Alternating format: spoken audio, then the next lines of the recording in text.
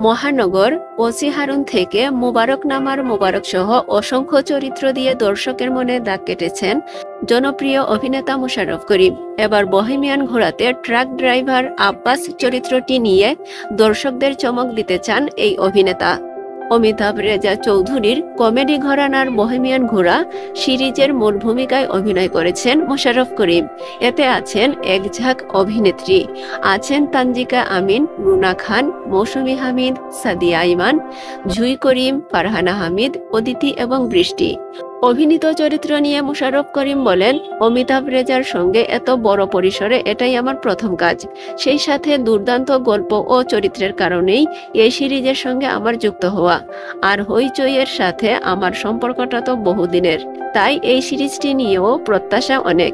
দর্শক বহেমিয়ান ঘোড়াতে সম্পূর্ণ নতুন কিছু পাবে বলে আমার বিশ্বাস। হইচই অরিজিনাল সিরিজ বহেমিয়ান ঘোড়াতে অন্যতম গুরুত্বপূর্ণ এক চরিত্রে অভিনয় করেছেন রুনা খান। হইচইয়ের পর্দায় এর আগেও বেশ কিছু চরিত্রে তাকে অভিনয় করতে দেখা গেছে, তবে এই সিরিজে তার চরিত্রটি একদম ভিন্ন, গরম মেজাজেরও আত্মবিশ্বাসী এক নারীর। বাস্তব জীবনে তানজিকা আমিন যেমন, ঠিক তার বিপরীত চরিত্রে দেখা যাবে তাকে বহেমিয়ান ঘোড়াতে। আর মৌসুমী হামিদকে দেখা যাবে নারী মোয়ালের চরিত্রে। সাদিয়া আইমান অভিনয় করেছেন ছটফটে চঞ্চল এক তরুণীর ভূমিকায়। জুই করিমকে দর্শক দেখবে একদম নতুন আঙ্গিকে। সাথে আছে ফারহানা হামিদ, তার চরিত্রে রয়েছে সংযম, অনুভূতি আর নিঃশব্দ এক অভিজ্ঞান, যা দর্শকদের ছুঁয়ে যাবে। এছাড়া অদিতি ও বৃষ্টি দুইজন নতুন মুখের আবির্ভাব ঘটেছে এই সিরিজে।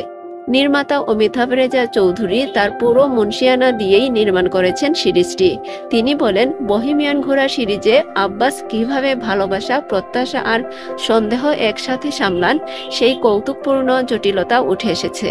সাথে আছে নানা ধরনের রোড অ্যাডভেঞ্চার। যারা অভিনয় করেছে তারা সবাই আমার প্রাণের মানুষ। দুর্দান্ত এক জার্নি ছিল আমাদের সবার। এখন শুধু অপেক্ষা হইচইয়ের দর্শকের কাছে আমাদের বহেমিয়ান ঘোড়া পৌঁছানোর।